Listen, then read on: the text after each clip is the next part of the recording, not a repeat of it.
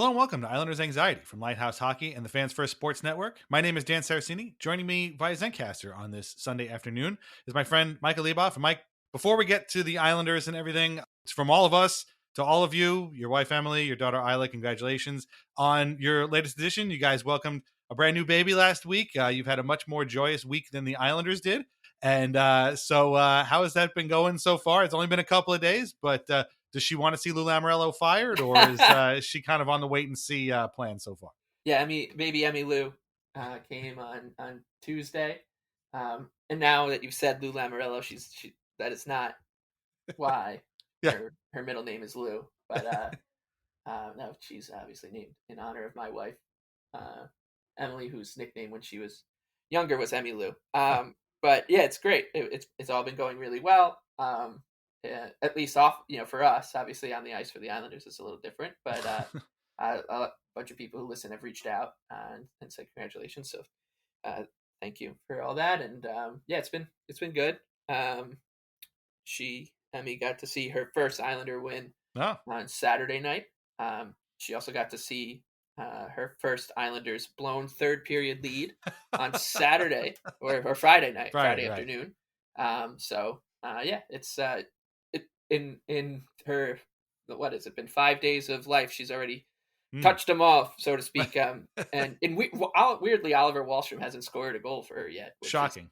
is really shocking because that's Right. all he does, right? He just scores all the time. Right. So The day after she was born, she got to see mom's team win a game. So that's yes, pretty big. that's true. Yeah. Actually, funny story about that was she was born at Winthrop Hospital in Mineola, right by the train station, and a lot of people, where the hospital is, there's a lot of bars or whatever, and because the train station's right there. So I was walking out of the hospital to pick up dinner for Emily and myself on Wednesday night, and there's a couple bars there, and I'm on my walk to and from the little sushi place that we got dinner from. I saw a lot of Islander fans. I saw a Richard Park jersey. Wow. Which I was like, oh well, if I see this jersey walking down the street in Mineola, randomly, it's obviously the Islanders going to win, which didn't come to fruition. But yeah, so it was just funny walking around like a little downtown area. There's just Islander fans, not a lot, but like 10 or 15 Islander fans walking to the train. And then yeah, saw them getting on the train, and I was like, I know exactly how these people are going to look when they get off the train later. So I'm glad I get to see them now while the hope is still fresh. Right. Yeah, you got them at the good point before. After a few beers and another blown third period lead, and another blown third period and another bad loss. They would be in a much worse mood. It's actually funny, when I was walking, I saw that Richard Park jersey, so I was like, did a double take, and as I was walking down the sidewalk, a door opened up from just an apartment building above, and some guy just hocked a loogie literally right in front of my feet, too. And he was like, I'm so sorry, man. I'm so sorry. And I was like, it's totally fine. I was just distracted by that Richard Park jersey over there. So I almost walked right into your spit. But that's funny. Yeah, it was very fun few days. Very happy to have Emmy with us, and Isla's doing great. So thank you to everyone for reaching out.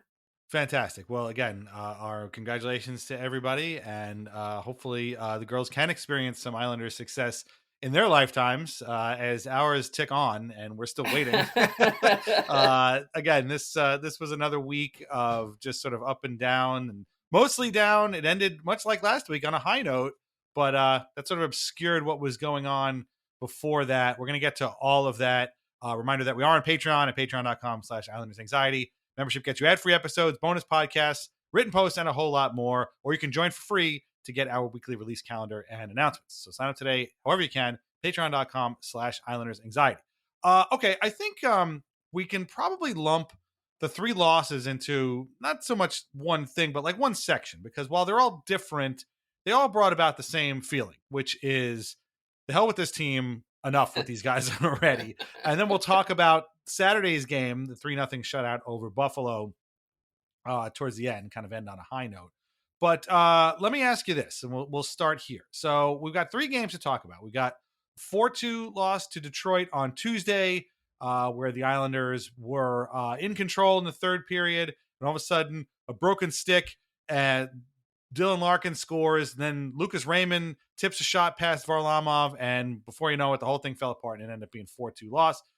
Then there was a 6-3 loss to Boston. Sorry, that was Monday. Because then the 6-3 loss to Boston on Wednesday, where they were, just down 2-1 at the end of one, and it seemed okay. And then tied the game in the second, but then the Bruins took over. Pavel Zacha scores 2 goals in the third, and they end up kind of losing in not so much a blowout, but really just not all that not as competitive as the score would make it indicate.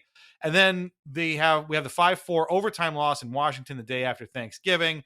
They were up 1-0, and then they were down 2-1 all of a sudden, and they tied the game again. They were up 4-2 at the end of the second. Capitals come back, and then Jacob Chikrin scores in overtime with a wrister. He looked kind of like Mike Gartner all of a sudden. I don't know how that happened. So of those 3 games, rank your anger level from 1 to 10, on all of them. What made you the angriest and what made you the least angry of those 3 games? Right. But bearing in mind that, you did have a baby, you guys did have a baby this week, so you might not have been angry at any of them, but just, looking back, which one of these made you the most angry? Yeah, I can separate the two pretty well, and the Red Wings game definitely made me the most upset, followed by the Capitals game, and then the Bruins game, kind of in that order. Because like the Bruins game was kind of, if the Islanders hadn't been doing what they've been doing, and then they lost to the Bruins in that fashion, you just say, sometimes you lose games. Yeah. But the other 2 games, you're just steaming mad, both at the way that the games played out, the way that the games were then talked about afterwards as well. So those 2 were the ones that really, really pissed me off. And if I'm being honest, like the win even made me mad in a very different way. Like if I was ever, in Canada, obviously it's a annual tradition for a jersey to be thrown on the ice for at least one team, or for every team at least once a season, someone throws a jersey on the ice. And if I was to throw a jersey on the ice for any of these games, it would honestly been after the win, because I'm like, why couldn't you just do that on Monday against the Red Wings, right? So, but that's why the Red Wings game makes me the most mad. First of all, they had just done this against this team. They had also been shut out by Alex Lyon a month earlier in a game that they completely outclassed Detroit. And a good team learns that lesson and takes, some sort of pride in paying back some revenge to this team. Even, they're the Red Wings. It's not like the Islanders and the Red Wings have some seriously, budding rivalry or anything. They're just a mediocre to bad NHL team whose coach has been saved by the New York Islanders. I mean, if anyone should be grateful for the Islanders' existence, there might be just one person on the planet right now who is, and it's Derek Lalonde, because the Islanders have single-handedly kept him behind the bench in Detroit. It's crazy.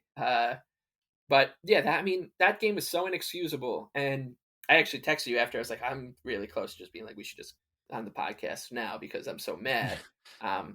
Because of how it happened.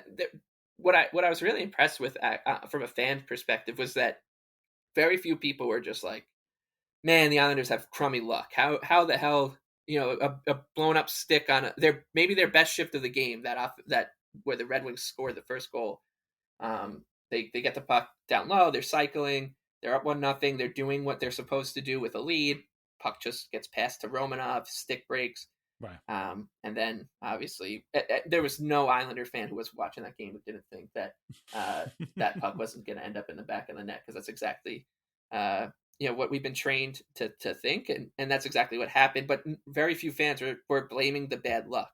They were blaming the Islanders for letting the margins be so thin in a game like that, where a broken stick is gonna ruin it the entire night. And that's what happened. And after that goal, it felt like the Islanders were like, let's just get this over with. Let's help the Red Wings as best we can find a game winner before we get to overtime, so we can all sulk, because they played terribly. That entire third period was bad. Yes.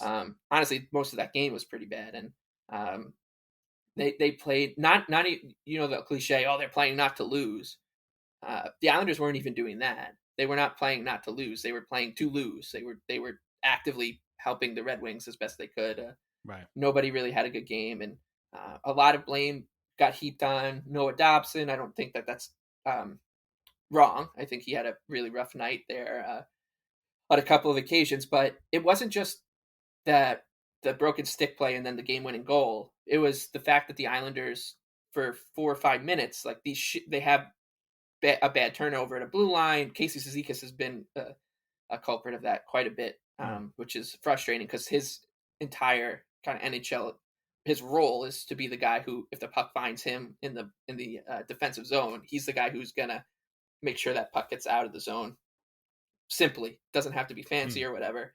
And he's just not been doing that this season. And so he had a couple turnovers in that game, and that just adds up the pressure to the point where if one guy makes a mistake on a shift, like a bad mistake, it's going to end up in the back of the net. So it's not just the single mistake that kills them. It's the build up to it. It's like the snowball effect. And that entire Red Wings game was a snowball effect, I thought, whereas at least the third period was. And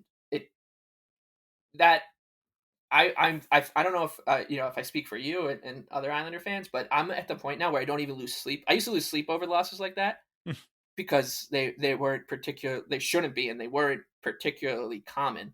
Not just for the Islanders, but for any team. Like the super specific way the Islanders find a way to lose games the past couple seasons, it's not supposed to be normal. But now it is that I'm just like, oh, yep. What why would I lose sleep over that? That's what happens every night. Yeah. So that Red Wings game really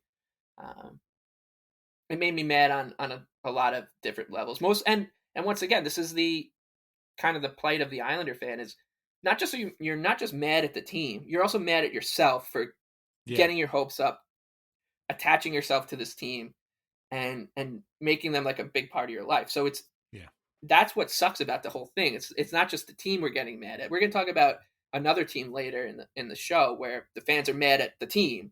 They're not mad at themselves. Like that's the Islander fan. The difference between that fan base and Islander fans is we're like, no, this is partly my fault for caring this much. And that Red Wings game was textbook example of that. Yeah. So for me, I actually think the Washington game made me the most mad, but I'm certainly not going to deny that the Red Wings game also made me extremely, extremely mad. Right. It's like arguing if someone wants to stab you to death or shoot you, like which one's worse? Like, right. The result is going to be the same. It's going to suck. And parsing, really trying to pick between the lesser of two very, very bad hockey evils. Right. But like in all three of these, and I mean, even if somebody had said, oh, actually it was the Bruins game that made me the most mad, I would get it. Because in each of these, for 2 periods, the Islanders played fine. Like they took leads or were tied going into the third. I don't really have the numbers. Like nobody keeps like a running tally of the numbers, unfortunately. Like it's always changing, but I think we're all sure at this point that they just keep blowing these third period leads. And like against Detroit, they had they were up 2-1 going into the third, and they end up losing 4-2. Against the Bruins, they're tied at 3. They end up losing 6-3. Against the Caps, they're up 4-2. They end up losing 5-4. Like it's not even that I thought they were going to win these games. And I think that's where I get where you're coming from, where I'm not only mad at them, but I'm mad at myself. And I said this, I think, at one point during the Washington game, which of course became true. And I've said this before as well. Like this era, these last few seasons of Islanders hockey have broken me to the point where I can't even enjoy a game like this. Like they played really well in the first 2 periods of that game. And the Caps have been one of the better teams in the division all year. And like, whether you think that's a mirage or they're going to come back down to earth, doesn't really matter. Like they've been both lucky and good this year. And so for the Islanders to take a 4-2 lead on a really, really, well played first couple of periods felt good, but I could not for the life of me really think, okay, they're going to hold on to win this thing. I knew they were going to blow it. It's just a matter of how they were going to blow it. And so the fact when they went to overtime, I was like, okay, well, here it comes. And it turned out to be from the stick of Jacob Trickern, apparently, which again, I didn't, he looked like Peter Bondra on that play. I don't even know where that he had him in it, that he had that in him. The Red Wings game, Again, I thought they played pretty well, and for all the the grief that we've given the PK this year, which has been bad. I mean, don't get me wrong. They had a PK in that period that was like the Islanders of old. They spent the entire time in the Red Wings zone. Like, it was awesome. Nelson even got a breakaway out of it. And of course, he missed the net or something like that. But I thought, yeah, this is really, really good. And then they go to the third period, and I'm like, they're not going to win this game 2-1. And in fact, I don't think they're going to score again. And sure enough, I was right. And the way that one went down was particularly galling, because that Raymond tip, beautiful tip, by the way, came with, like, I don't know, a minute to go or something like that. Like, it was barely, towards the end of the game. And then Anders Lee had a fight. Ben Sherratt ran him or whatever. The Islanders were throwing pucks around. And it didn't matter. And this is the first time they've been swept by Detroit, which is kind of crazy, considering, it wasn't long ago when Detroit was really, really, really good, when the Islanders were really, really, really, really bad. But Alex Lyon just has the Islanders number. I don't know what it is. They should have they couldn't beat this guy one time. And you're 100% right. Derek Lalonde is still employed today, because the Red Wings played the Islanders 3 times in the span of about 4 weeks. So it's just, good luck, Derek. Maybe if he's still employed by New Year's, I'd be very surprised. And then the Bruins game, they were tied at 3. Like, they got a little bit of help. Jonas Corpus stinks. I'm just going to say he was bad in this game. And Nelson's goal to tie it at 3 was soft. Maybe the softest goal we're going to see all year. I mean, he should have been put on waivers right after that goal. Like, that was pretty bad. And it was tied at 3. And I was like, okay, listen, if you can get to overtime and lose, maybe that's a good point. You came back, you fought back. It was hard. I mean, Brad Marchand scored twice in the first 6 minutes of the game. So you fought back. This has the ability to be a good point in a season full of just singular points. This could be a good one, but all of a sudden Pavel Zacha scores in 2.5 minutes, twice in 2.5 minutes, I should say. And the Islanders were sloppy the whole period. They never really got anything going. They had a 6-on-4 power play late that amounted to nothing. And Nikita Zadorov scored an empty net goal. And Sorokin made 15 saves. It was not good. All I can see was everybody on Twitter being like, "Oh, you see, that's why you don't play this guy," even though, as if he wasn't a Vezina Trophy candidate, a year ago. So it was bad. It was a bad scene. These 3 games amounted to, like you said before, basically the entire Islanders season in a nutshell. Just blown losses, blown leads, late leads blown, an overtime loss, against a division rival. And I just became sick of this. I'm just beyond sick of this. And, Friday was not, I didn't think they were going to win the day after Thanksgiving. And I guess I take no solace in being right about it, but man, this was a hard week to be an Islanders fan. Again, we'll talk about Buffalo in a second, but, Black Friday, you're sitting around. Where are you at with this team after that 5-4 loss to Washington? I was pretty bad. Oh my God. Yeah. Like, the Islanders are the only team who has a genre of a subgenre of a genre of third, like, losses. Like, most right. teams, you just lose a hockey game, and right, there's not much, like, let's say you lose 41 hockey games a year as an average team. Most of them, 30 out of the 41 are going to be relatively straightforward. Oh man, the other team beat us 4-2 because they played better than us. Right. The Islanders have, you can write a Charles Dickens style book, real thick book just about this season's losses already, and the season is just about a quarter year old, because every loss is part of, like, a subgenre, and these 3 were all different genres of the same kind of loss, which is the Islanders wilting in the third period, whereas the Capitals game was the Islanders hanging around, coming back, going into a third period with a really strong second, but that the game is 2 mistakes away, and the Islanders are so good at taking a penalty up 2 goals within the first minute of a third period. So that's its own subgenre of the subgenre of losses. Let's give the team a quick power play to score. And I think they did it to the Blues. Yeah. Right? They ended up winning that game, of course, but they've done it a few times already this season, where they just take an early third period penalty to make sure that the opposition has every chance of making this a game. And as soon as Anders Lee took that penalty, there's not a single Islander fan thinking, "Oh man, they're going to kill this because they're playing well." It's that's not how this team works right now. They Right. any little bad bounce that goes against them or a call or anything that's going to end up in the back of the net, especially if it's at a crucial time like that. And that's what happened. And from there, it was, oh god, they're just going to hold on and hopefully get Yeah. a point. But yeah, I couldn't believe how little I felt after this game. Like, I because it's just what are you going to say? Like, Yeah. they just keep doing it, and they keep doing it in the most specific way. They're the only team that does this.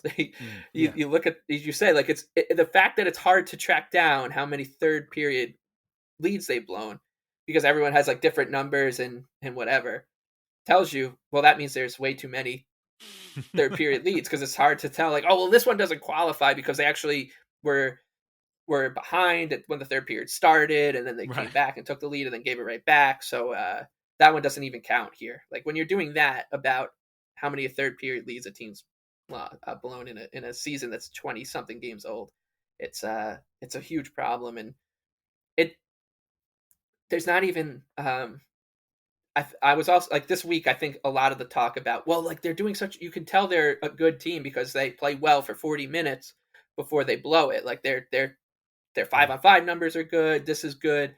All that talk kind of went away because everyone realized, yeah, you can be the 1997 Detroit Red Wings at 5-on-5, but if you can't close out a third period or can't kill a penalty or can't score a power play goal, you're going to look like the 2023 San Jose Sharks no matter what. So it's an infuriating game. There was parts of it where you're just like, this team looks really good. They look like they did at the peak of their powers a few years ago. But in the back, like you said, you can't enjoy it because in the back of your head, Right.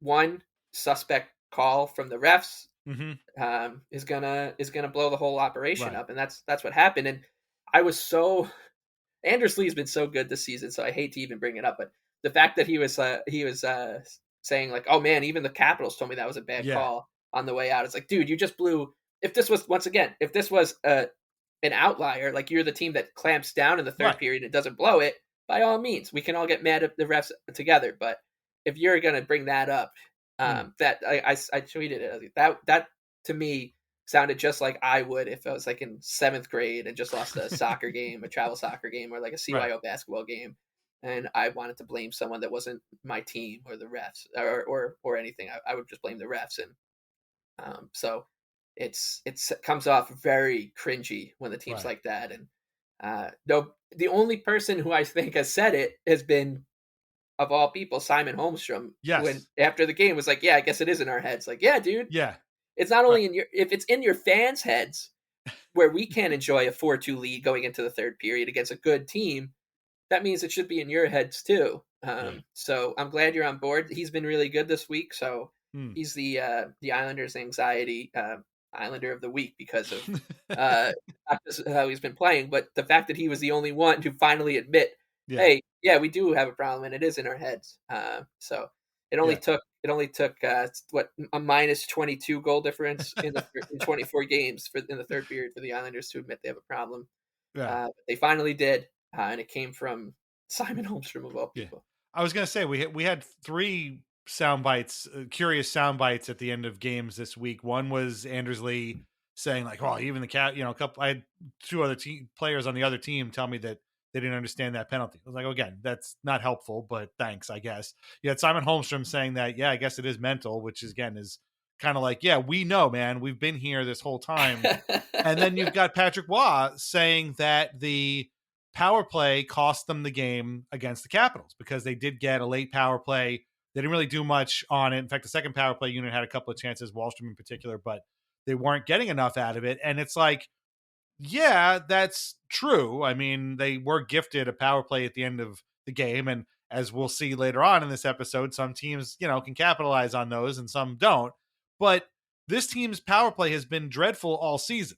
So if you're going to blame them for this loss, then you're going to have to go back through the schedule and blame them for a bunch of other losses too, because you can't just say that and drop that. Because again, we're not, they're doing what we've been talking about this whole time, which is like, if you just lost games in a normal fashion, then yeah, you could be like, well, we had a power play and we didn't do anything with it, and we lost the game. Okay, well that's fine, but your power play's been operating at what, 4% this entire season. They've got 9 power play goals the entire season, and it was November 29th or whatever it was. So you can't blame them just for this. You have to blame them for all of it. And so it was just a curious thing. I guess he's getting frustrated too, and it was not a good scene. Those first 3 games were definitely not a good scene. If especially you're trying to enjoy Thanksgiving with your family and friends, and then these guys keep coming in to ruin it. It just really sucks.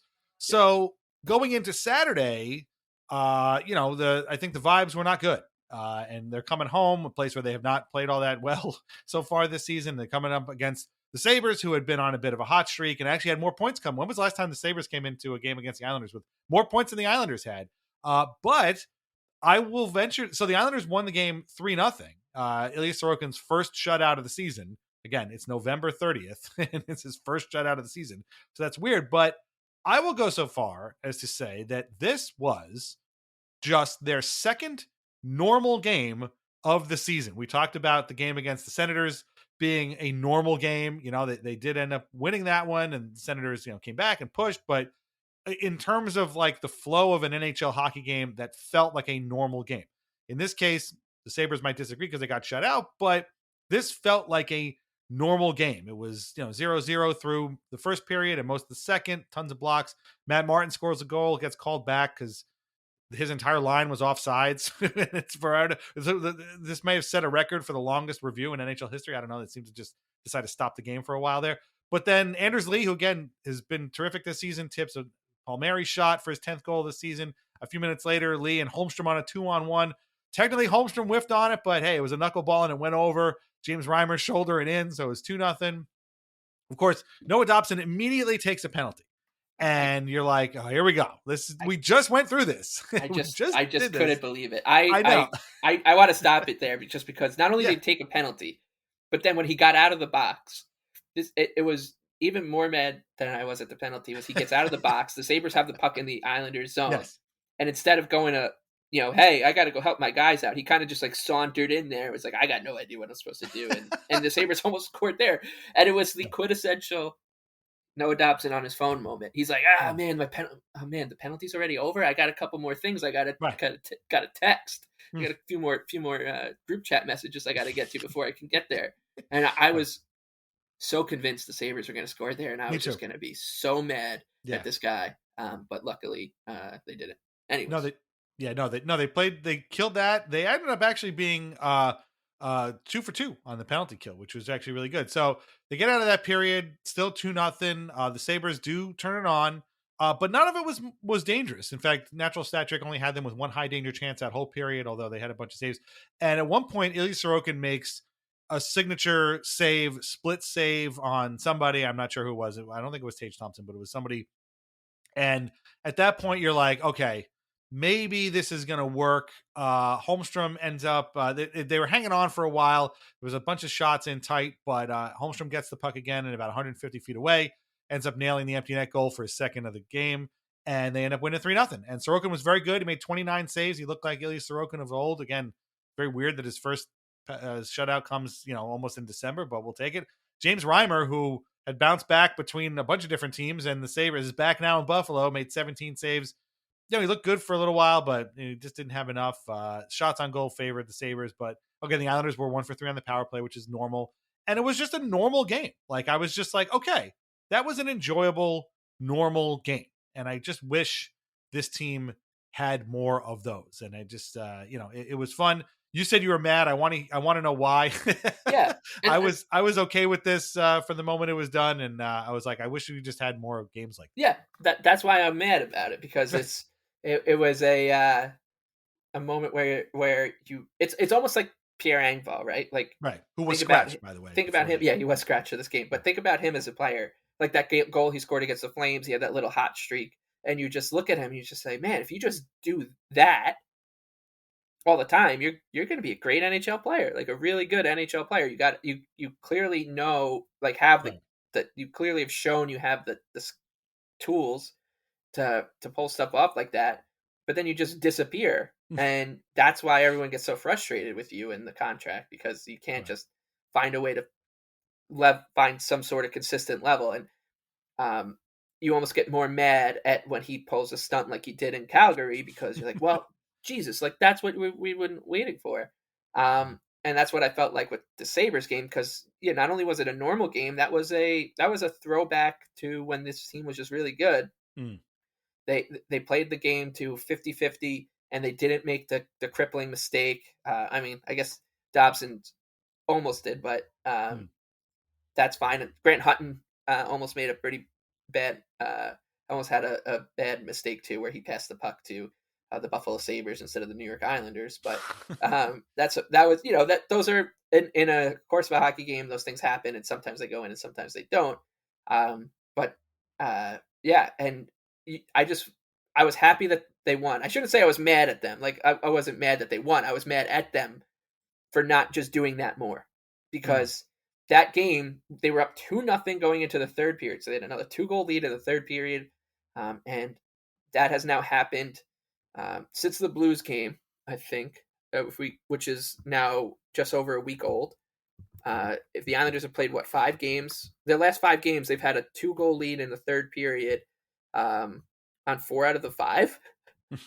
I think I want to say something ridiculous like that. Yeah, 4 out of 5. They've had they've had a lead, I should say, because I guess the Red Wings game was not a 2-goal lead, or was it? I can't even remember. But anyway, it was just 2-1. Yeah, it was just 2-1, right, or whatever. But they've had a lead going into the third period now in 4 out of their last 5 games, and or 5 out of the last 6 out of the last 7 now going back to Calgary. I'm trying to do this all on the fly, so I apologize. Yeah. Well, they had leads in all of those. I mean, except that the Bruins game is the only one they didn't. They were tied. Were tied, and they've won 2 of them. Right. So that's why I was mad, because hey, man, if you just blow 1 lead a week, we're talking about a team that's in a playoff spot right now, rather than one that is not, needs to climb a little bit of a mountain here. And the other thing I'll say, so that Sabres game, clear, that was a must win. Like, if everybody would have been season's over going in if they had lost that game, right? There's right now, I think it's a 50-50 split in the fan base. There's another fan base that's pretty nearby that also has a 50-50 split about whether or not they should blow up their team or not, which is very strange. And like we said, we will get into that. But I think right now in Islanders land, it's 50-50 between people who want this team to just like tear it down to the studs and whatever, and other ones who want just keep trying to contend and whatever. But had they lost that game to the Sabres, I think it would have one would have just swung the pendulum to a point of no return unless they win like 8 in a row. And the fact that it was a must-win game, like that was a true, I think, must-win game. Like we joke about must-win games a lot, and the classic must-win to make sure that the next game isn't a must-win. This one was, I think, a must-win game, and the Islanders are now they've put themselves in a spot in the standings where a must-win game is actually a good thing for fans. Whereas, like, you don't ever want to have a must-win game on November 30th at all. But the fact that the Islanders had one was actually like, it was good to feel something like this game meant something, because had they lost that game to the Sabres, they might not have had another must-win game for the entire season. Right? Like, we shouldn't have them, but we did. And it was fun to be that invested in a game. But I just don't want it to be on November 30th. I'd much rather these must-win games to be in May in the playoffs, and for the division lead, exactly. Like, the Hurricanes are in town. This is a 4-point game in the Metro Division race. Right. Not, oh man, this is a must-win game because if the Islanders lose, like, they're going to be 6 points out of a playoff spot on November 30th. So yeah, we're now in the and guess what? Like, looking ahead real quick, like, a few more must-win games coming up, because the Islanders have also put themselves in a spot where they need to put together a winning streak to just get back to a respectable, hey, they're still in it spot. Not once most teams, if you put together five wins on the spin, they're like, oh man, they're within touching distance of the top of the division. For us, it'll be okay. They've found their way back into the wild card race. So a few more must-win games to come. They got one under their belt, and like I said, I'm not mad that they won. I'm mad at them for just not doing that. Something that most normal teams The word normal is Mm. I think a good one just to keep reiterating, because there's nothing normal about the way this team has gone about its business. Most normal teams just take care of that game, and the Right. Islanders did it, and it was abnormal that they did something normal. Yeah. Which is the sickest thing of all, basically, Right. that it was That's why I was abnormal. mad. Right. Again, this is their second game this season out of 25, I think they've played now, like that I would classify as normal. Everything else has been completely abnormal in some one way or What's another. nuts is they look so normal for the first 40 minutes. Like, Yeah, there was nothing abnormal about the Capitals game. sure. There Yeah. was nothing Or the Red Wings abnormal game for about that matter. the Yeah. Red Wings game Right. until like 6 minutes left in that game. That's when Yeah. it got to be abnormal. There was Yeah. nothing abnormal about the other Red Wings game until they made it abnormal. The Flames game, the Kraken game, like, Mm. for long stretches of time until once Butchie's, when the game is going to go off the rails, it's because when Butchie goes up, both teams are now just starting to chip and chase. They came into the building with 1 point apiece, and they're doing Right. their best to make sure they get out of here with 1 point. And as soon as he says that, that some no name defenseman for the Bruins is just going to like fling a puck at the Islanders net. It's Yeah. going to hit off a helmet and go in. Mm. But everything is normal until it gets thrown off the rails by something like a broken stick or Yep. whatever. And but the Penalty. Islanders have put themselves in those spots by not getting any sort of separation from anybody. Right. It's Yeah. crazy, man. It's just It's crazy and it sucks. And yet somehow, because the rest of the Eastern Conference is, well, I shouldn't say half the Eastern Conference is still kind of just hanging around, this season can't rightfully be put to bed. Not that I'm saying I want it to be, but right now the Islanders are at 9, 10, and 6. Another psychotic record, by the way. Not quite as psychotic as the one last year, but 9, 10, and 6. By the way, I don't want to get off on the whole Wah thing. I will mention something in the second half about him too, but he's got to stop saying that, oh, we're only 2 games under 500. We're only 1 game under 500. Patrick, that 6 means you're under 500. Like the extra 6 means you lost those games. So you guys aren't 9 and 10 and only 1 game under 500. You're actually 9 and 16, which is 7 games under 500. So you got to stop doing that, my man. But anyway, it just drives me nuts. But they have 24 points, and right now the Flyers and Rangers are in the bottom 2 wildcard spots with 27 points each. So there are 2 wins away from leapfrogging a bunch of people and ending up in a wildcard spot, and then we all feel a lot better about ourselves. But we all know that it doesn't work that way. It's not nearly that simple. Like, they could win both of these games, but so could the Rangers. The Rangers are playing the Devils on Monday, and they could win that game, and so could the Flyers win their next game. So, and plus the Bruins are there, the Sabres are there.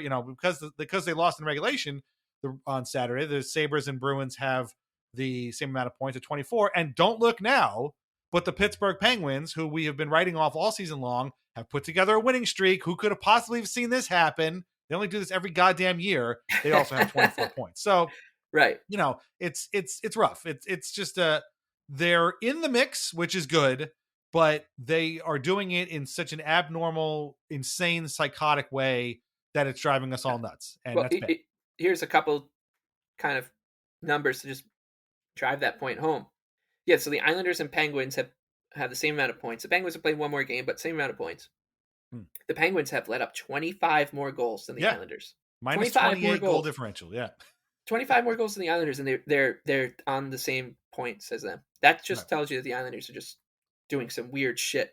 But you brought them up. The Flyers and Penguins, I think, are the team. If you're someone like me, who the last thing I ever want to do is give up on a season at this point. I try to hang in there till the mathematical end. Is because I've seen way too much meaningless hockey in my lifetime, and it's just the worst to just wait for a season to end just so you can wait for the off season to end and for another season to begin. The Flyers and Penguins are good examples of this is how easy it is to just get into a playoff spot in this conference right now. The Flyers have won 3 in a row. They're 7-2-1 in their last 10, and they're in the second wild card spot, and they're tied with the Rangers for the first wild card spot.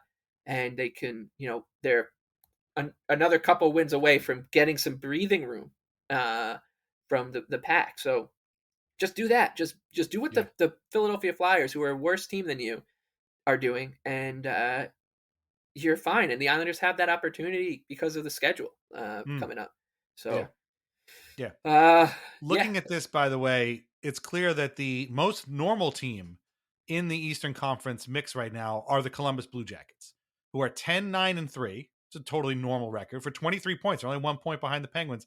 They have 78 goals for, 78 goals against for a 0 goal differential. So they might not make the playoffs, but at least they're having a normal one in a sense here this season. It's very normal. And I mean, when you look below the Islanders, it's kind of drawing a line through the Blue Jackets. They've got their own kind of situation, obviously, but they are having a very normal season, and even their home and road splits, like they're very good at home, not so good on the road. Right. If you look behind them, the Red Wings are, as we said, they only beat the Islanders. That's the only reason Derek Lalonde is still employed. The Senators have lost 4 in a row, which I feel like they just lost, or they had lost 4 in a row earlier in the week. They came into a game on a 4-game losing streak, and then they won, and then they lost again. And you're just looking at them like where this team is supposed to be. This is the step forward year for them, as the last 4 have been.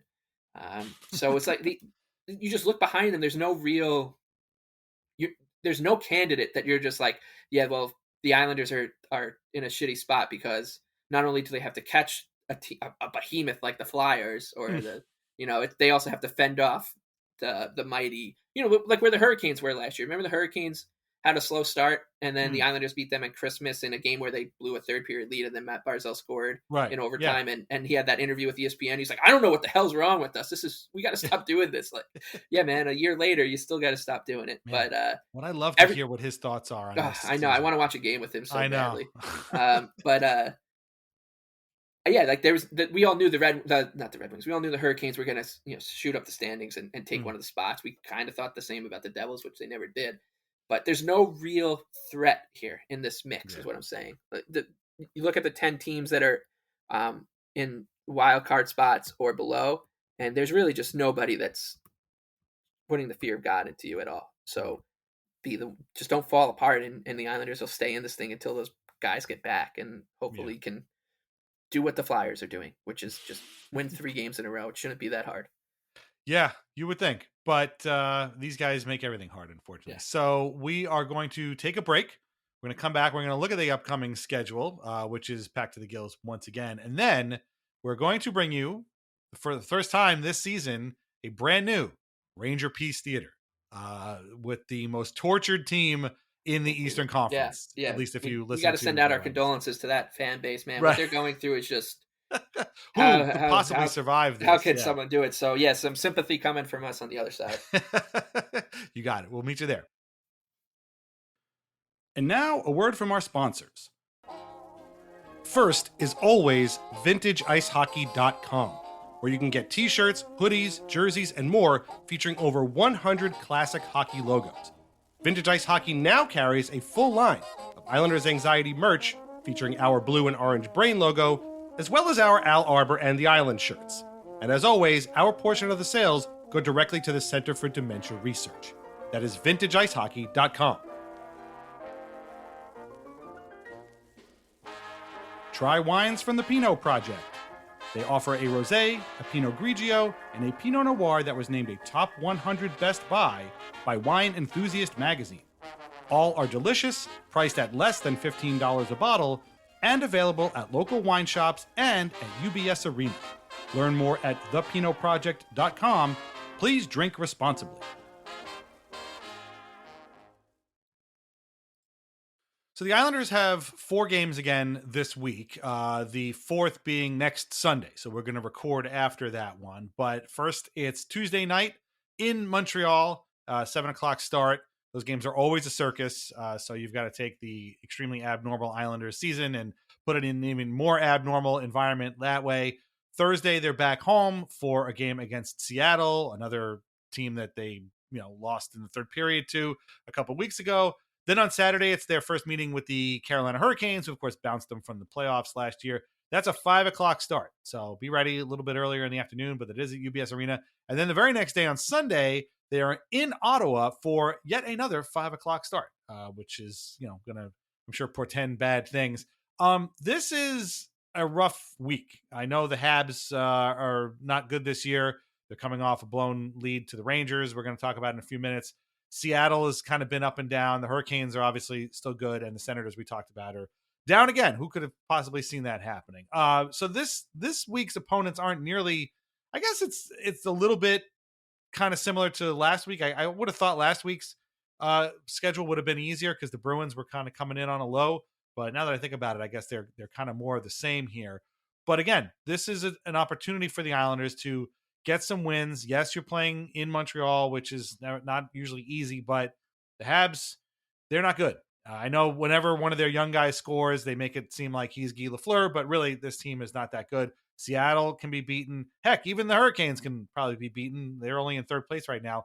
And the Senators, probably the less said about them, the better. So I know I jinxed this last time by saying you got to get at least 2 of these wins. I said that last week, and the Islanders walked out with 1 win and 1 overtime point. But I really do think that they've got to win at least 2 of these. And if it's the 2 Canadian teams, so be it. Please try not to lose to Seattle again.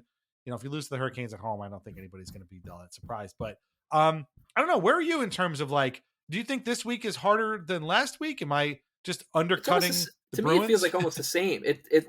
Which is why it's this entire season has that ground. And I know you said it's not Groundhog Day, but it feels, just to use the cliche, it has that Groundhog Day feel to it because this week does set up same as last week. They're coming off of a win over the weekend, like they did with the Blues, and you're saying, okay, the Detroit Red Wings are very gettable.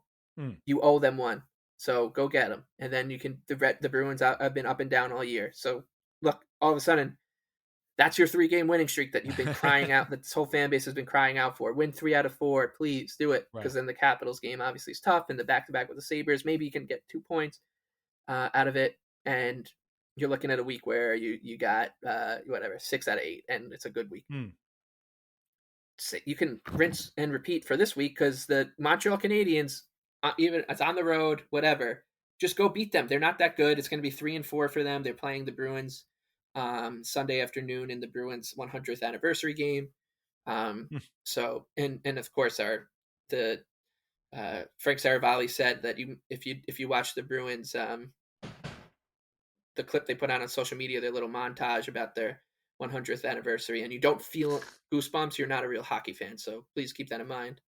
Yeah, so you just beat the Canadiens, and all of a sudden you're staring down a Kraken team that you're better than, and with the opportunity to win 3 in a row and likely get right back into the mix of this playoff race. And then you can worry about the back-to-back with the Hurricanes and Senators after that, and you've earned yourself, hey, we've won 3 in a row. If maybe we drop one of these 2 games, it's okay situation, which the Islanders just have not been in yet this season, where they lose a game, you're like, it's okay.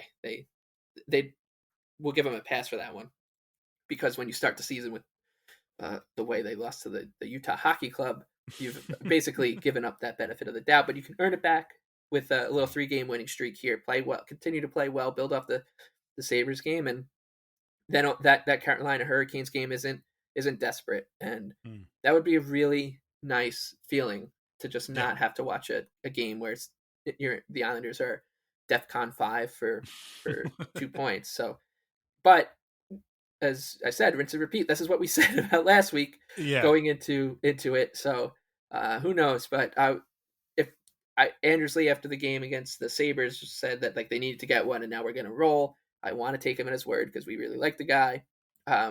Would really love to see Bo Horvat snap out of his funk. Oh my God. It was hard watching him in that Sabres game. Holy crap. It was hard. Yeah. I feel for him because I do think he's, remember when the Islanders traded for him and everyone was like, wow, he's not scoring, but he was doing everything else because Pajot and Barzell were out of the lineup. So it wasn't even, Horvat wasn't just the first line center. He was the first, third, and second and third line center, or first, third, and fourth line center, I should say, because they had Nelson. It feels a little bit like that again, where he's doing so much good except for scoring, and he's got to score, of course. Anthony Beauvillier has 2 more goals than him on the season, which is also quite funny. I give him a pass, but it's just another thing I want to see. I want to see Sorokin continue to build off of that Sabres game and the team just to win a couple goddamn games in a row. So that back-to-back, that first leg of the back-to-back against the Hurricanes is just a must-win to make sure the next game isn't a must win and not a true Right. must win game. Right. That's when, and we've said it every episode. That's really not asking much. It's not No. asking too much to beat the Montreal Canadiens and the Seattle Kraken. It's not asking that much. I know. Um, and Which again makes us very frustrating because we aren't yes, asking that. We were last week. We asked them to beat the Red Wings and the Sabres, and right. like that apparently was too It's much too to ask much. for. And it's almost as if the team after the games are like, well, what were you expecting us to do? Right. You want us to hold on to that two goal lead in the third period? That's Yeah. crazy. Yeah. Lee gave the after the Caps game, he gave the we knew they were going to push in the third. Man, I Oh my hate god. when they say that. Yeah, okay, well then why didn't you do something about it? I don't Push understand. back. Yeah, push back. You can push back on their push. It's okay. Instead, he took a penalty, and that was the end of the game right there. Couple more notes about this week. One is that the Seattle game on Thursday is a 7:30 start. It's an ESPN Plus / Hulu game. No. I believe the first one of this year. So, Well, that was a good good luck. business decision by them. Islanders, Kraken. On a Thursday in December. Yeah. perfect. Huge matchup there. And December is not really that much easier from a opponent perspective.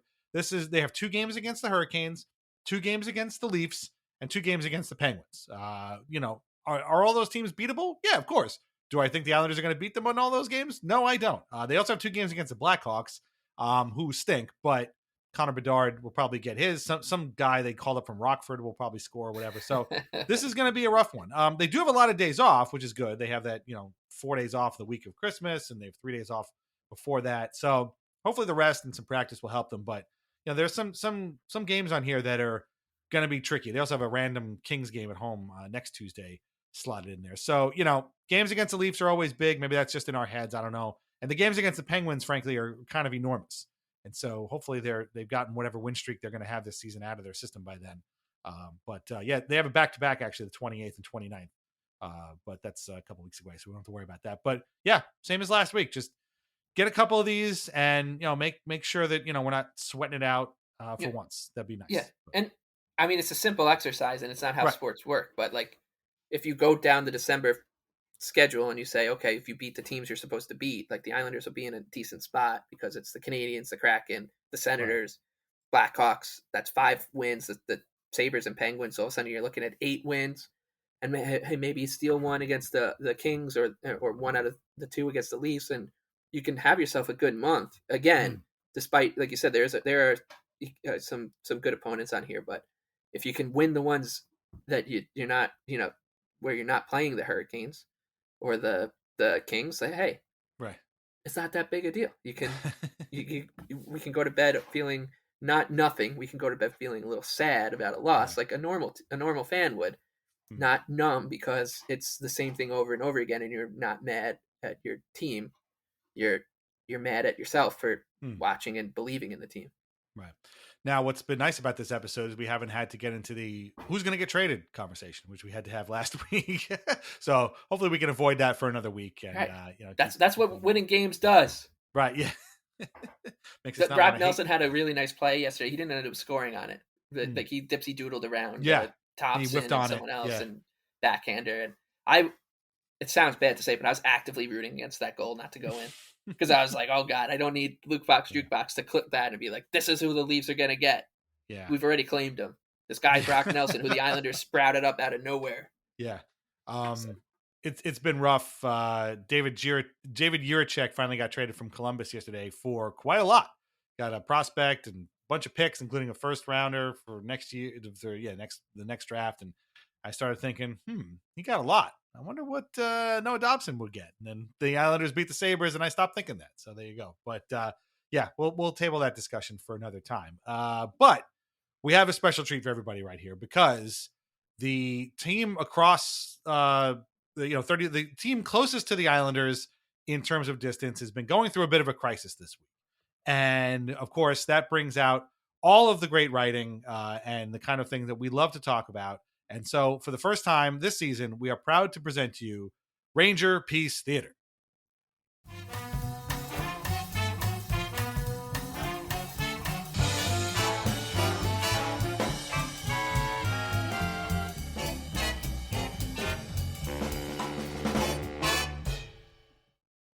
Just to recap, in case you missed it, the Rangers had one On this point. this season of the New York Rangers. Yeah, this season on the New York Rangers. What did they lose? 4 in a row? I think it was at one point, or was it Yeah, 5 in a row? five in a row. Yeah, But let's be honest, the crisis started after the first loss, I think. yeah. They had just won the first two legs of their Western Canadian swing against Mm, the Canucks and Kraken. mm, And then they lost a game to the Calgary Flames in which they were badly outplayed in the first period. And that was and then they lost so they lost that game, and that was the bubbling. mm. And then they had the gall to lose a second game in a row in the Alberta two-step, which of course wasn't a back-to-back because they're the Right. Rangers, so they don't have to deal with that kind of stuff. They lost the second leg on Saturday night to a very good Oilers team, and there was an email sent. Right. Which is where we're going to pick this up. So the day after Thanksgiving, the Rangers actually lose to the Philadelphia Flyers 3-1. And this was just too much to take from our beautiful boy, Larry Brooks, who has been frothing at the mouth, seething throughout this losing streak, and had called for this version of the Rangers to get blown up. Was enough already with this underachieving group of Rangers, who, by the way, were still, I think, 12-7-2 or something like that in this season. And again, having a totally normal season and, just a long losing streak, but that was too much. And so on the 29th, Larry wrote this, which I thought was uproariously funny, about that memo that got sent around by GM Chris Drury, making Ranger players available for trade, basically just about everybody.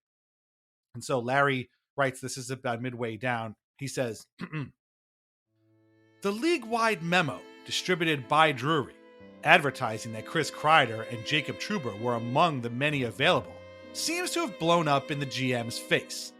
Why he would have sent that missive instead of peeling the paint off the wall in no uncertain terms in a face-to-face meeting with the team in the room is beyond me. The Rangers have a lame duck captain who seems to have checked out. Perhaps it's only natural. Trouba knows the Rangers had every intention of trading him in the offseason before he used whatever leverage he could to block a deal. He knows he's on the block now. I was wrong about Trouba. I had thought his bond with his teammates would exceed his distaste for the hierarchy. But, and likely subconsciously, Trouba has become a pedestrian, which is something no one has ever said before. Okay, Larry. So you're shocked that the guy who the GM was trying to trade all summer would be a little bit pissed off and maybe a little bit distracted this season? I don't really know what to tell you, man. I don't know Jacob Trouba personally, but this would have bothered me. Let's put it that way. Yeah. This was really funny. I just thought this was whole great. passage was great. Yeah. And the entire fan base eating itself and media Yes. circus around the team eating itself, and the GM and the players eating themselves has been amazing, because it's not like this team just went 1-10-1. This started after a 2-game losing streak, and whatever. Like, you can say, oh man, their underlying numbers weren't good. Their 5-on-5 play's been bad, and for a while now, like, yeah, and it was bad last year, and they won the President's Trophy because they are, as we'll talk about on Saturday, a team that just can conjure up a bounce or a penalty out of thin air like nothing you've ever seen. So it didn't bite them in the ass.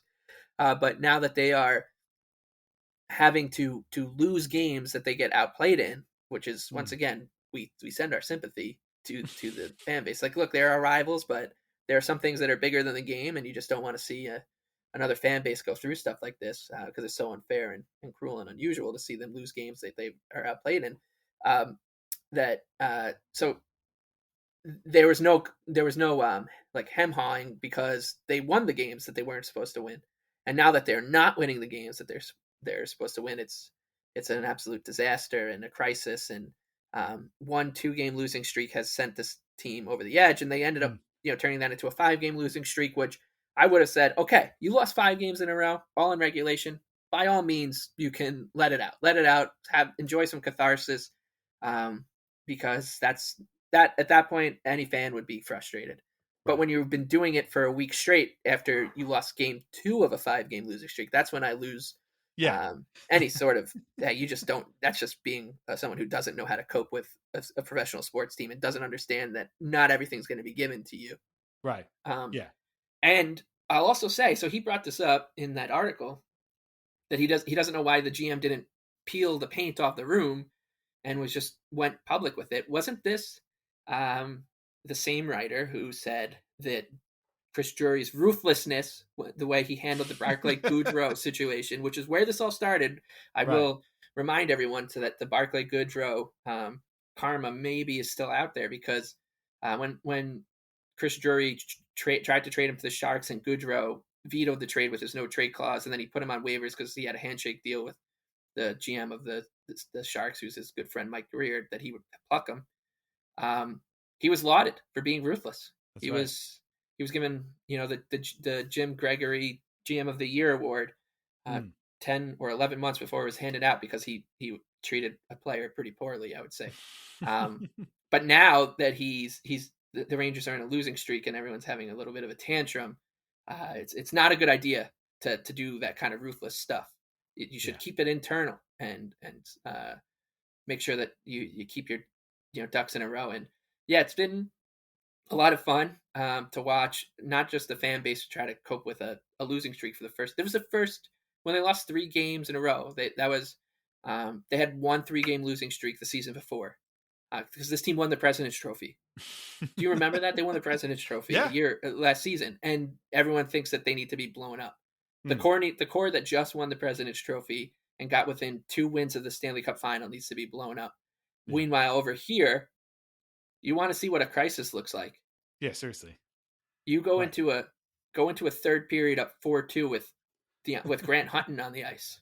Like I can show you crisis, man. Oh man, this is. Yeah. The Islanders had some crises where Josh Bailey was just in Florida for a little while. He was just, where's Josh Bailey? He's in Florida quarantining, and we're not sure where Matt Barzal is at the time. The building is open, but we're not going to play there for the first month and a half of the season. Like, the Islanders have had crisis after crisis, and the fan base and the media just takes it in lock. Like, they just take it in stride, because that's what happens.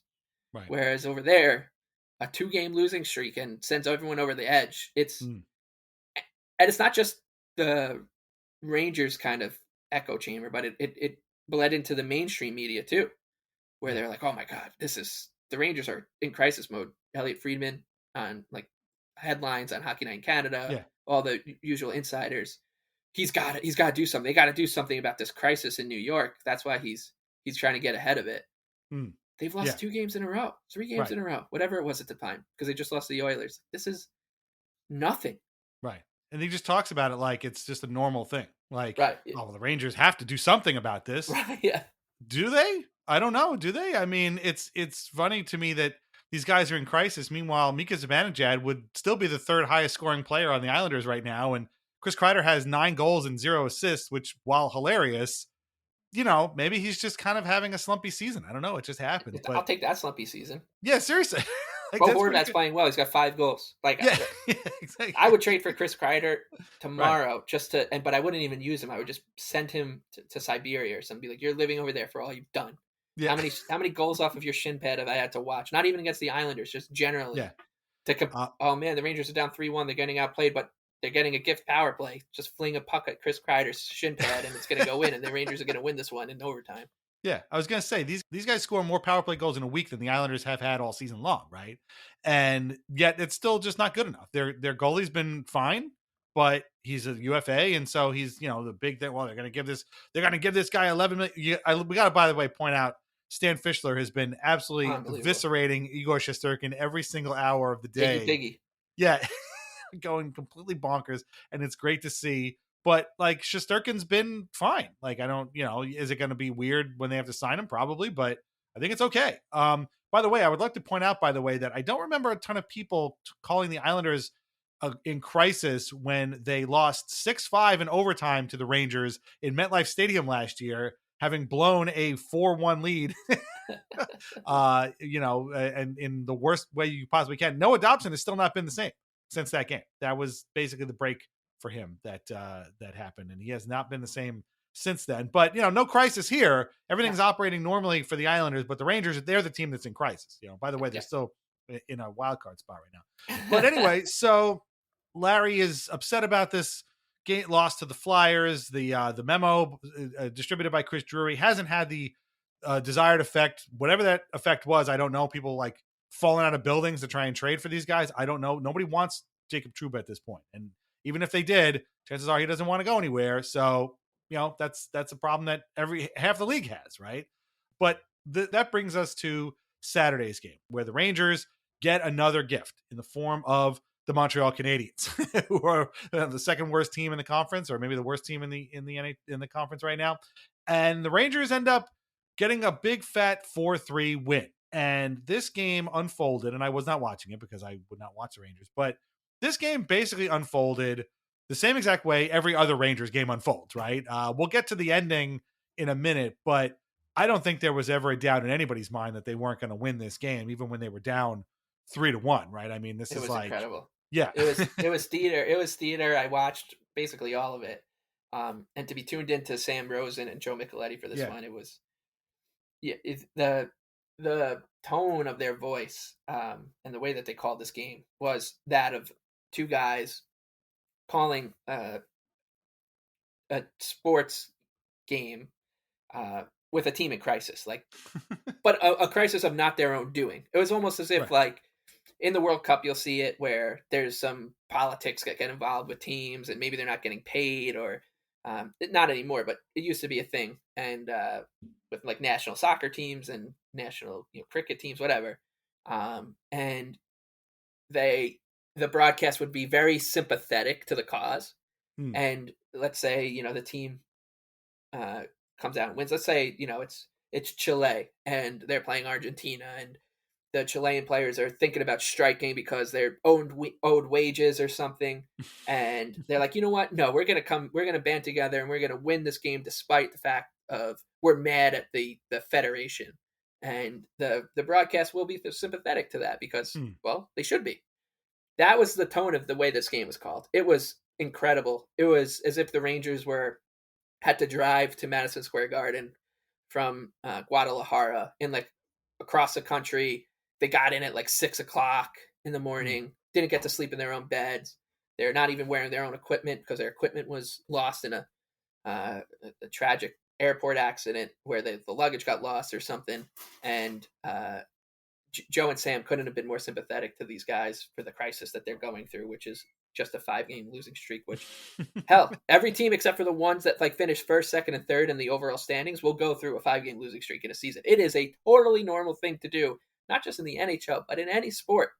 Like you just lose 5 games in a row. It happens because you might not get some bounces. But so the Rangers are up 1-0 early because they got a 5-on-3, which could you believe that? I don't think I've ever seen the Rangers on a 5-on-3 before. Never happens. And they score on that 5-on-3. Then the Canadiens kind of wrestled back, control the game to get up, to get the game back on level terms. But Joe and Sam are just so proud of the way that these guys are fighting, despite all the baggage that they're carrying with this crisis that they're in, which is a 5-game losing streak. And they get a goal late in the first period with like 3 seconds left. Another thing that just doesn't happen. There's a puck flung at the net that hits off of Vincent Trocheck, and wow, man, look at these scrappy guys. Despite being in crisis, they're up 2-1 on the mighty Montreal Canadiens, who they've won more Stanley Cups than any team in the NHL. So maybe that's why Sam and Joe were talking about it. They're taking on the mighty Montreal Canadiens. Well, the Rangers they won their last Stanley Cup in 1994, which of course for Rangers broadcasters and fans might as well have been last year. Yes. So the Canadiens won their last Stanley Cup in 1993, which I guess follows the same principle. They're still under the belief that this is a Stanley Cup. The two most recent team. Stanley Cup champions meeting at Madison Square Garden. And you wouldn't believe it, but Jacob Trouba fought Josh Anderson in the first period too. This was the big turning point. Yeah, I thought there was going to be a 30 for 30 written, and there might still be. We know how many documentaries this team gets made about them a year. Yeah. About the way the Ranger bench reacted to their captain coming back to the bench. They went so far as tapping their sticks on the ice and giving him pound-its. Even one of the coaches rubbed his helmet, which you just don't see that kind of stuff from teams. Like teams don't come together like that in the NHL. Yeah, so never. Just the bravery on display. True D-Day stuff from the New York Rangers. They get a 3-1 lead. You mentioned him before. The man who's been struggling more than anybody has ever struggled in the NHL, Mika Zibanejad. scored a power play goal off of a very, very suspect roughing call. But you know what? Well, I won't get too into the refereeing because this Rangers team rarely gets the benefit of calls like that. So they deserved one, and Mika Zibanejad had his 17th point of the season. He's now shooting 11.1%. He's got 5 goals and 17 points in 23 games, so a pretty good pace for Mika in his really truly trying year. Nobody's had it harder than him or Ranger fans this season. Yeah. So they're up 3-1 going into the third. And Joe and Sam are so proud of the way that this team has played because they've gotten a 5-on-3 goal and then a late first period goal and then a 5-on-4. They even scored a 5-on-4. It's not just 5-on-3 goals that they're scoring; they can also score 5-on-4. Incredible. Yeah, really brave stuff despite all they're going through. And they blow the third period lead. You wouldn't know, but they get outplayed in the third period. And it's 3-3. And Joe and Sam are they're so proud of them for even sticking with it, because a couple shifts after the Canadians scored, the Rangers almost scored, and that's bravery right there to respond like that. And then the Canadians are doing a pretty good job keeping the puck in the Rangers zone, and a penalty 200 feet away from the Canadians' goal. Not just a penalty, a high stick on Mika Zibanejad, a double minor with 2 minutes and 40 seconds to go in a third period in which they've blown a 2-goal lead. The Rangers that kind of adversity it's unbelievable. And Capo Caco scores a power play goal with just a few ticks left on the clock, despite Joel Armia getting tripped right in front of the ref, and they decided, we'll just let that one go. It's fine. The Rangers are dealing with way too much right now, and on that play, a bounce off of the whole play got set off of a puck flung to the net, hit off someone's stick in the slot, bounced right to someone who found Kako after the trip, and the Rangers win. It was about as impressive a win as you've ever seen, considering a team in crisis like that. Because to be carrying that sort of emotional and physical baggage into a game against the Montreal Canadiens, who, once again, I will remind you, has won more Stanley Cups than anybody in the NHL. It's rousing stuff from the Rangers, and was met with the type of credit and applause that you'd imagine from a team who's now on a 1-game winning streak. So tip our caps to them and their fans for sticking through one of the most trying weeks that any sports team has ever gone through. That's a beautiful recap. And there is some historical precedent to this. And it turns out that the Rangers are the first team ever to have their GM send out an email saying all these guys are available in trade, and then come back and beat a last place team by blowing a third period lead, and then coming back to beat them in a final minute power play goal in NHL history. So there you go. Yeah. It's pretty impressive. Yeah. The type of the rest of the league should have probably taken the day. It was one of those Tavares Day Toronto moments where you'd expect that Eric Adams would have had the team at City Hall the next day to get a key to the city's Mika Zibanejad in tears, cutting a ribbon. Because that's what this team deserved after a performance like that against the 23-time Stanley Cup champion Montreal Canadiens. In fact, the win is so important that the Canadians are actually going to be hosting a celebration about the game before their next home game. Like that's how you know it means something. Is when the Habs I love that Marty St. Louis after the game was like, "I'm not going to talk about the officiating." I was like, "Yeah, Marty, you don't get to, because you got to benefit from that for a couple years there, buddy." Yeah. You play for how long? How this works? Team? Yeah, you know how this works. So, but we're here. We do have another post from the New York Post about this game. This time it's not from our beautiful boy Larry Brooks, but it is from his acolyte Molly Walker, who is now, it's been a while since I've read anything written by Molly Walker, but she has now basically co-opted the Brooks writing style very, very masterfully. So I got to say, if this was what she was going for, congratulations, because you nailed it. And this article is entitled "Rangers Show Fight as Capo Caco's late goal snaps 5-game skid with win over Canadians."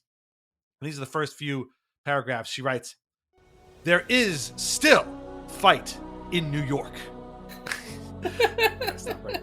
"It's been a whirlwind of a week for the Rangers, who descended into a state of unrest amid a 5-game losing streak that set off a siren throughout the organization. Each loss seemed like a gut punch until the Blue Shirts finally struck back with a nail-biting 4-3 win over the Canadiens Saturday afternoon at Madison Square Garden, delivered via a power play goal from Capo Caco with 24 seconds left. Quote, "It was needed," said Philip Hedl, who returned to the lineup, along with Chris Kreider for the first time in 7 games since avoiding a concussion. It wasn't the nicest win, but we'll get the 2 points. There has been something intangible missing from this team since the start of the season. For a majority of this game, however, the Rangers' emotions seeped out. First of all, if your emotions are seeping out, you probably should seek therapy of some sort. Or just have a podcast like we do. Second of all, to write that this was a nail-biting win delivered via a power play goal with 24 seconds left basically means that you haven't been watching this team play ever. This is how they win every game. They get a power play late in the third period, and they score on it and they win. Okay, it happened with 24 seconds left, but they win a lot of games doing this. And so I don't know who was biting their nails about this, but it certainly wouldn't have been me, because I would have assumed that they were going to do something like this anyway. Again, had I been watching the game, which I was not. Would you have categorized this game as a nail biter, or were you like, yeah, this is basically how this is going to run? Oh yeah, I think this was a nail biter, a classic, documentary worthy. But as I said to you, I was joking around, so I was holding Emmy while I was watching the game and feeding her, and there's a couple minutes left, and I was holding the baby, so I couldn't text the group chat, but I was like, oh, can't wait to see the power play. I was gonna say a 5-on-3, but it was a double minor. Yeah.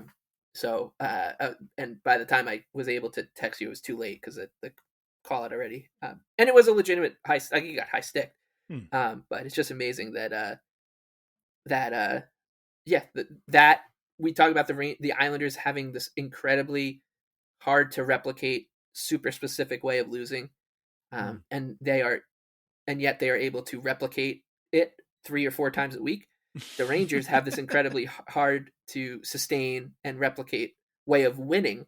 Yeah. Because it depends so much on things that they don't control going their way. It has almost nothing to do with hockey, like the way they are playing hockey. And they get it all the time. Whether it's a bounce, whether it's a penalty power play, whether it's a missed call, whether it's the third string goalie of a team needing to play against them in a Stanley Cup playoff series, which has happened not only against the Penguins, but also against these 23-time Stanley Cup champion Montreal Canadiens that they so bravely vanquished on Saturday. That kind of stuff still seeks its way and finds them. And nobody in their camp, I don't know if they realize it. That's what's crazy about this whole thing is, until it gets to playoff time, when the Rangers are betting underdog because their 5-on-5 numbers are shitty and the Carolina Hurricanes are a betting darling every year, and they're like, oh my god, how is this team an underdog? Then people are like, well, it's because it's the way you win games, and they get offended by it, and that's when they start to realize what's going on, but they don't even realize it in the way that everyone means for them to. They're like, oh well, that just shows that we're a resilient bunch, that we can come back from third period deficits all the time, and win despite getting outshot by 20 every game because we got 6 power plays. So yeah, none of them realize that this is how they have to win games, and this is how they do win games. And there's no mention of that in the this article. It's all about the fight. There's still fight in New York. I would argue there's still a rabbit's foot in their pocket, maybe, rather than fight in them. Right. Yeah, there's no there's still refs fighting for New York. Yes, could yeah. I couldn't. I just, it was the most Rangers in a nutshell win you could imagine. Right. Yeah. If you and I had done this podcast Friday night, and someone sent us a mailbag question, hey, can you script out the Rangers Canadiens game with the Rangers in crisis mode? I think we've come pretty close to exactly this, which tells you how much we pay attention to this team, which of course is not great behavior on our parts, or not good for our mental health or anything, but it also how often it happens, which is crazy because this kind of stuff is not supposed to happen often. It's supposed to be hard to Yeah. repeat. The Islanders will win one game like this maybe every 3 seasons. Yeah. And the It's Rangers true. will have probably already won 6 of them this year, and will Yeah. win, another 20 more. So Yeah. I love when Ranger fans find out more things about how hockey and the NHL works. Mm. Like they found out about how no trade clauses work this summer. Yeah. They're like, what? This What, you is can not do fair. that? Yeah. Or yeah, and now they're finding out that how losing streaks work, and that players at the end of their contracts, or the middle part of a big ticket like the one that Mika Zibanejad, who once again I remind you has 17 points in 23 games, signed, like that they can go through slumping years. That I like when they find out this stuff, because they take it so personally, as if they're the only team to have ever dealt with something so horrible as if like a losing streak, or a player not living up to his contract, or someone having a no trade clause in his contract. So yeah, I can't wait to see what they find out about next. Yeah. Maybe a blown third period lead that they don't get a 2-minute double minor, a 4-minute double minor at the end. But that might be too much for them to handle. That would, I mean, God forbid, could you imagine watching something like that? I mean, that would be horrible. I mean, what if it happened more than once? It's a little bit crazy. But I was talking with my friend Scott Matla on Blue Sky. Scott's a Canadians blogger. He had a Locked On Canadians podcast for a long time, and he was just amazed how the Rangers keep getting calls and keep scoring on the power play. And I just wrote to him, I was like, have you never seen a game against this team before? The world's luckiest team that is nevertheless constantly complaining about everything. And he was like, I just can't believe, how do you do this all the time? He said. And I'm like, well, having a podcast where you can let out the emotions helps. But mainly we just seethe quietly, because this is just how it is. Like, it just, there's really no way around this. Like, the Rangers are always going to have games like this. They're always going to have, that late power play is always going to go to them, not the Islanders. And they're always, and even if when they get it, and this is where we kind of have to, in all seriousness, give the Rangers credit. Exactly, right? They took advantage of it. Right. They get a late power play and they score on it. The Islanders get a late power play and they don't do dick with it. It's a shorthanded goal against. Like I'm more scared of the Rangers get that power play and everyone in that building looks at one another like, we got to get this here. Right. The Islanders get that power play. Everyone at UBS Arena looks at one another like, okay, that means that we can, in all likelihood, kill the last 2 minutes of this game off. Thank God, and get a point. You can see on Noah Dobson's face whenever they get that power play, he's like, okay, the first thing I need to do is skate up to the center ice logo and then immediately pass it back to a guy who is 10 feet behind me for no reason whatsoever. That's always the first thing I got to do. And then he does it. And then that's it. He's done. He's done for the entire power play. He's out. He's got his phone back out of his pocket. Right. And yeah, exactly. We should also note, like, the Islanders scored a power play goal against the Sabres, and it looked very power play. Yeah. And the man running the power play is Dennis Cholowski. He's the only guy qualified to run their power play. How about that? Right. Like, when the Islanders are now in a spot where they will be playing these very important games, and with a struggling power play, and the guy to resurrect this power play is Dennis. Yeah. Or as Butch calls him, Cholowski. The guy who, I don't even know if he was running Bridgeport's power play before they called him up. But anyway. They've lost 5 in a row. The only fair thing now would be for them to go, 7 or 8 in a row. Like, that's only fair, right? Oh, I work in the city, in the office 2 days a week, and one of them is on Monday. And I guarantee there's going to be a lot of people going to that game tomorrow against the Devils. I believe it's at MSG. And I have no doubt they're going to walk out with an impressive regulation win over, the team in second place in the division right now. And all will be well again. Yep. And Larry will be right back on that horse. And that'll be the end of the memo talk. Yeah. And, maybe Joe will send another memo saying, no, these guys aren't tradable anymore. So they do they have the same condition as Leafs fans, that they just think because they covet another team's player that they're just going to get them. So Larry will write a story about how they should trade for like Brady Tkachuk or something. Right. But he'll write it from the point of view as if he's already a Ranger.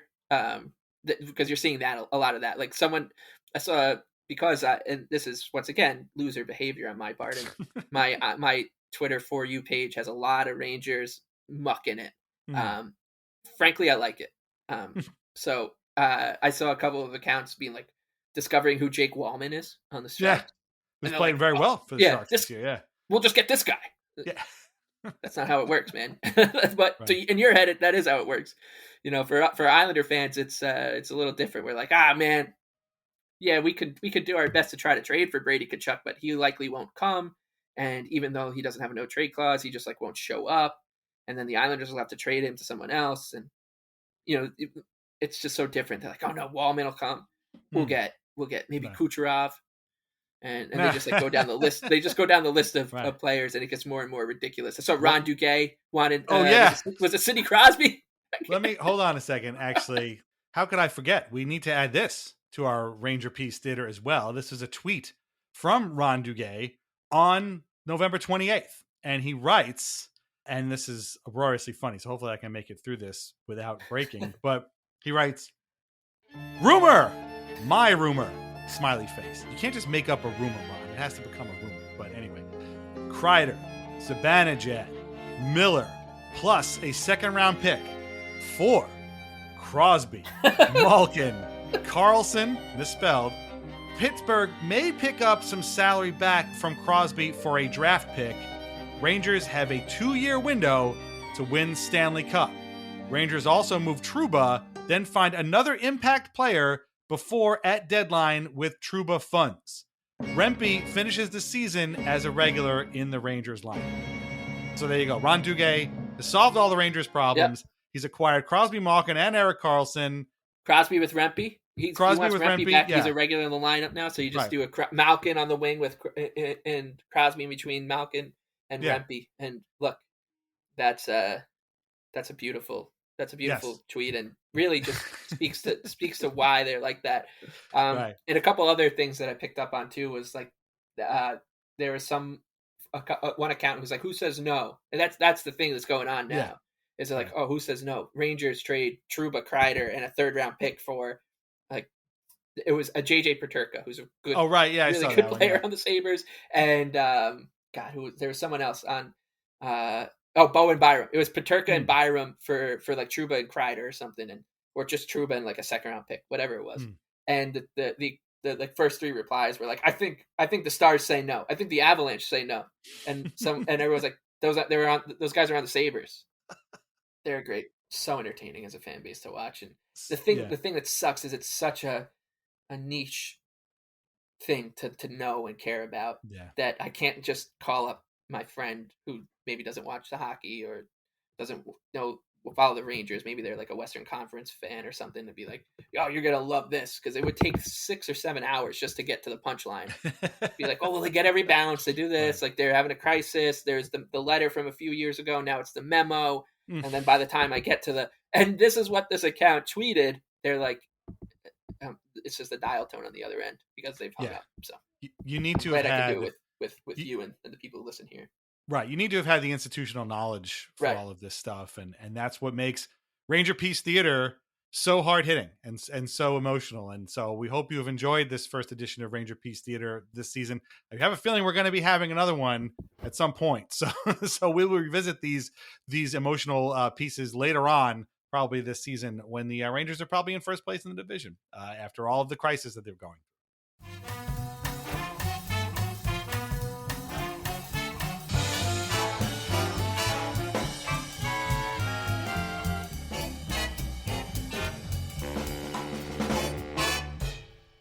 Yeah, Godspeed to them. I agree. Okay, that's about it for this week. This is our only episode this week, but we put out a bunch last week where, in case you missed it because of the holiday, you can always go back and read and watch it and listen to it again. I did an Islanders book club with a couple of books for kids. If you're looking for gifts this season and want to saddle the young ones in your life with Islanders fandom, there's a couple of options there for you. We also did a great Weird Islanders, the podcast with New York Sirens goalie Abby Levy, who talked to us about the goaltending position, about the Sirens' second season, which actually starts the day we're recording this, December 1st. So their season is getting underway right now. You can watch it anywhere on YouTube or even on MSG. And she is an enormous, enormous Islanders fan. And we went through all of that stuff, going pretty deep with this team as we talked about the great Joey McDonald, one of the insane one-season stories for this team. Started out great, ended up being not so great, and then had one of the most incredible one-night performances we've ever seen for this team. So go back and listen to it. It's definitely one of my favorite episodes we've ever done, and Abby was great. So definitely check that out. And then on Friday, which again you may have missed because of the holiday, I did a country club atmosphere with our friend Michael Smith, who talked about running the New York City Marathon for the first time, which he did this year. His prep for it, basically it started with him and he and his wife have an apartment that's kind of along the marathon route. And a couple of years ago, he went to go pick something up at a store and looked at all these people running past him and said, I want to do that, and put his mind to it. And 2 years later, he did it. And he talks about how he did it, kind of a couple of things that popped up that he didn't expect. And also we discussed how hard running a marathon is on the nipples. Yes, that's true. And also why certain markets get certain commercials on MSG. You would think that all the MSG shows would have the same commercials, but we found out they don't. So learn more about that on that episode of Country Club Atmosphere that came out on Friday. It was actually a lot of fun. And thanks again to Michael for coming on with us. So we'll be back next week again after the Ottawa game. I guess it's going to run on Monday. So really, it's not going to be any difference for anybody, but we are going to wait to record until after the Ottawa game to get that in. As always, make sure you stop over at patreon.com/Islanders Anxiety, sign up for ad-free episodes, bonus podcasts and everything, or just get your sign up for free and you can get our weekly release calendar and any announcements. Find us on Apple Podcasts, Spotify, Amazon Music, audible.com, iHeartRadio, YouTube Music, or wherever you get your podcasts. And please leave us a review where you can. It's actually a very helpful Christmas present you can give us. Our theme song is Morning Haze by Family Dinner. Listen to more of their music on Spotify and look out for their new record, God Looks Out for Fools. Read Lighthouse Hockey every single day for your most up-to-date Islanders news and discussion. Islanders Anxiety podcasts are part of the Fans First Sports Network, of course. Shop VintageIceHockey.com. It's the holidays, so get your orders in now. Try wines from the Pinot Project. Pick some up for your holiday party as well. Mike, where can everybody find you on Twitter? The Big Lebowski with 2 E's. Follow Mike at the Big Lebowski.